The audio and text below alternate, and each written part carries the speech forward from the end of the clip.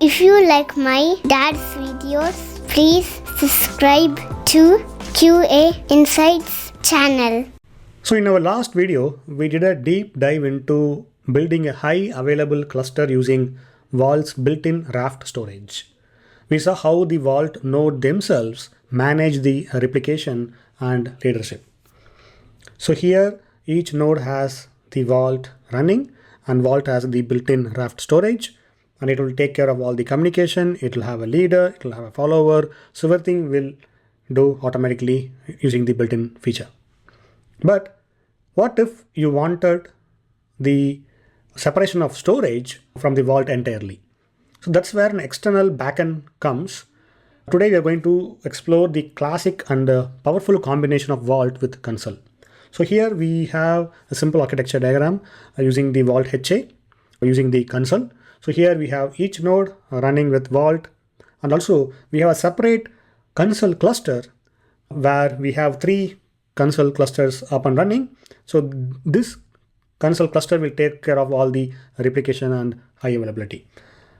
And also I will explain why you'd use Consul, and also we'll walk through a hands-on demo to connect Vault to a local Consul agent, which we are going to run it as a dev mode. And at the end, you will understand the pros and cons of this architecture. And now let's get started.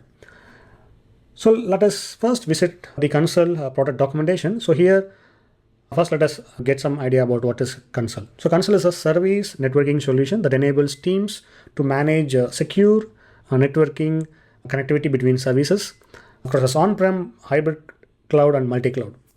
So Consul basically offers service discovery mechanism, service mesh, identity-based authentication, and L7 traffic management, and also the secure service-to-service encryption.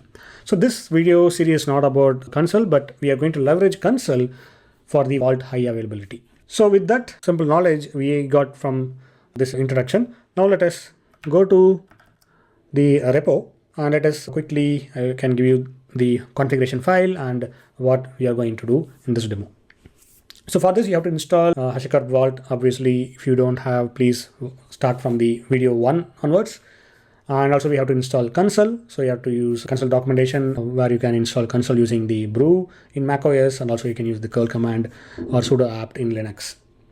So here we are going to start Consul with the Consul agent dev. So basically we are going to start in a dev mode, basically in memory, and once you terminate the process it will go away. But actually in the production you will have something like a 3 or 5 node cluster for the Consul to handle all the replication and communication to the Vault. And once we started the Consul agent, then we will launch the UI, Consul UI, using the port 8500 by default.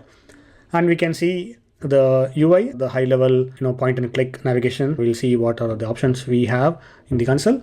And then we are going to start working with the Vault. So Vault is very traditional commands where you run the Vault with some minimal configuration with the storage as Consul, and also we will start with the operator init, and then we will unseal the keys, unseal the Vault using the keys, and also we will log in using the root token for the demonstration purpose. So this Vault, it's pretty much same when compared to the Raft, but except we have the Consul commands here. So now let us go to the config Consul node1.htcl. So here we are going to mention the storage type as Consul, and also we are going to use the address, the default 8500, and the path is Vault. So where you want to store the Vault data in Consul. So basically Consul stores the data in its cluster, so that this is the path where you will mention Vault. And also the listener of Vault 8200 and AP address 8200 and the UI equals to. Similarly, Vault node also will have the same configuration, except you're going to listen in a different port, 8202 in this case, the Vault address. And similarly for node 3 also 8204. So pretty much very simple setup. So we have one Consul agent which is running in a dev mode, and we have 3 Vault process. We are going to simulate the 3 node setup in local. So now let us go to the warp and check it out, the referral link of the warp.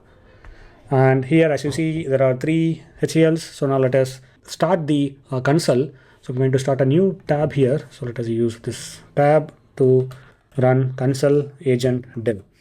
So now this will run the console agent in a dev mode. Basically everything is in memory. And now let us launch only the node 1 of Vault. So Vault server config, and we are going to use config console hyphen node 1 dot HCL and hit enter. So now with that said, let us launch the console UI using the localhost 8500. So this is the 8500 of console, and here as you see console itself, it is showing up in here. Also let us click on the home page. So this is the home page. So console itself, it is running, which is healthy, green. And Vault registered via Vault on one instance, it's in standby mode. And if you click here, as you see, all service checks are passing, all nodes checks are passing, and we have the address, and we have the tag standby mode. And also we have the intention, routing, and tags. And if you click on this particular instances, so here you can see surf health status, and also the Vault sealed status is not healthy. So basically Vault service is healthy when Vault is in an unsealed status and can become an active Vault server. So right now we have not init the Vault, and also we have not unsealed it. So that's why it is not showing the green check mark. So now let us go back to the terminal and let us split pane down, and we are going to init the Vault. So the command is Vault operator init. So this will init the Vault. So again, rookie mistake. So you have to set the export command using Vault address 8200. Now if you issue Vault operator init, then this will create the unseal keys. And let me copy this and put it in the token. So this is a new token.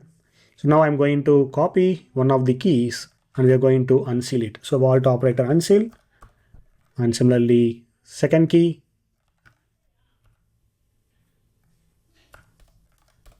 and similarly third key. So now Vault has been unsealed. Now if you go back and hit refresh and go back to home page, as you see, Vault now is a green check mark. So this is what we need. So it is active and initialized. So now we are going to start another node 2 and another node 3. So again, go to warp and split. So we are going to use Vault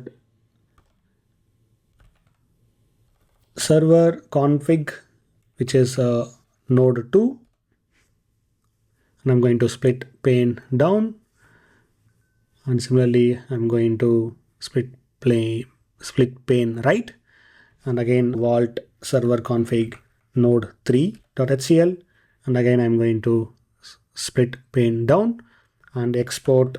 This is 8204 and this is 8202. And again, if you see Vault status, let me just put this down here, and here as you see the storage type is console and HA enabled true. So now let me just move this, and here initialize true, sealed is true. So we have to again unseal it. So similarly, if you do Vault status, so storage type console true, storage type console HA enabled true, and also here init true and sealed is true. So again I'm going to use Vault operator unseal, and similarly here. So now if you go to console and hit refresh, and now you can see all the vaults 8200, 8202, 8204. So everything is up and running. So Vault also it is sealed, unsealed, and we are able to successfully bring all the 3 nodes up and running. So now we are going to launch Vault, which is at 8200, and let us use the token, the root token here. And as you see here, no secret engine enabled. So now we can go to CLI, and also we can use Vault login. We logged in. Let me enable Vault secrets, enable path KV v2. So we are going to dive deep into these secrets. So let me put some data here, get data. So now we have the my value super secret, and now let us go to hit refresh, or you can just navigate between the pages. As you see here, KV is here, and data, my secret, and here you can see the value. And now similarly, if you go to console and hit refresh, and if you go to key value, so this is where the vault storage, the backend is here. So the path we have set in the particular configuration, the path line number 4, path equals vault. So this is the vault folder. Now if you go inside, you can see core, logical, sys. And also you can also view, delete, but do not touch it. If you delete it, the vault will corrupt. So all the data will be stored in this key value section. So now we are going to simulate a failure. So let us terminate this particular node 3, Control C. So now the vault is sealed. And now if you go back to console and click on vault, now as you see only 2 is available. So immediately this becomes an active. So which is already active. So now let us kill this particular active one. So we have already killed one, but still the vault is active. So now if you go to this vault and hit refresh and log in, you can still see the value. So now I'm going to kill the active vault, which is 8200. Let us go back to terminal, and this is the 8200 one, and I'm going to Control C. So now vault is sealed in this particular process, terminal process. So now if I hit refresh, no need to hit refresh, it's already gone. So now if you see, this is active now. So in Raft, if 2 nodes are down, the other node will be in standby, which will not become active. But in case of console, if 2 nodes are down, the last one also will become active. So we are separating the leader action process by separating the backend with the console, not with the built-in Raft storage. So Raft has its own way of handling the high availability, and console has its own way of handling the availability, and both has its own pros and cons. So now if you go to, say, in this particular process, say vault login,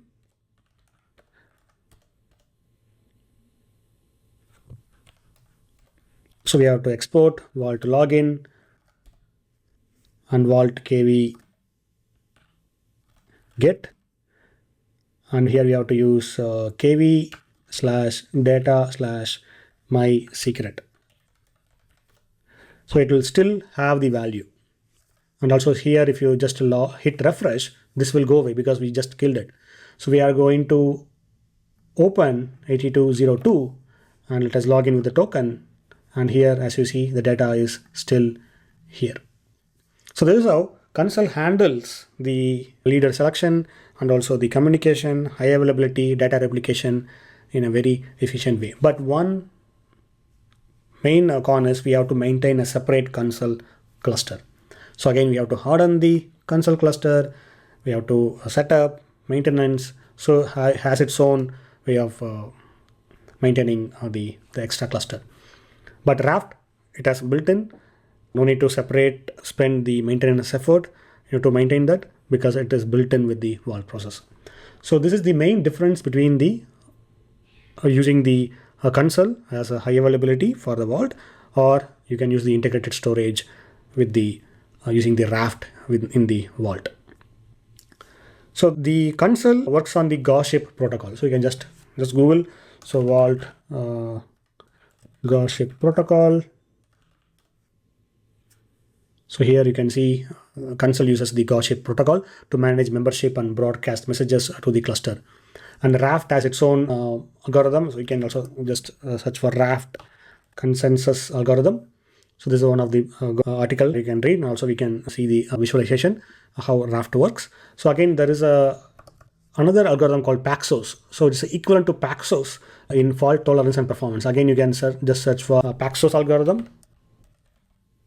Paxos versus Raft also you can search, and you can learn more about these. So these will be very helpful in interviews and understanding the process.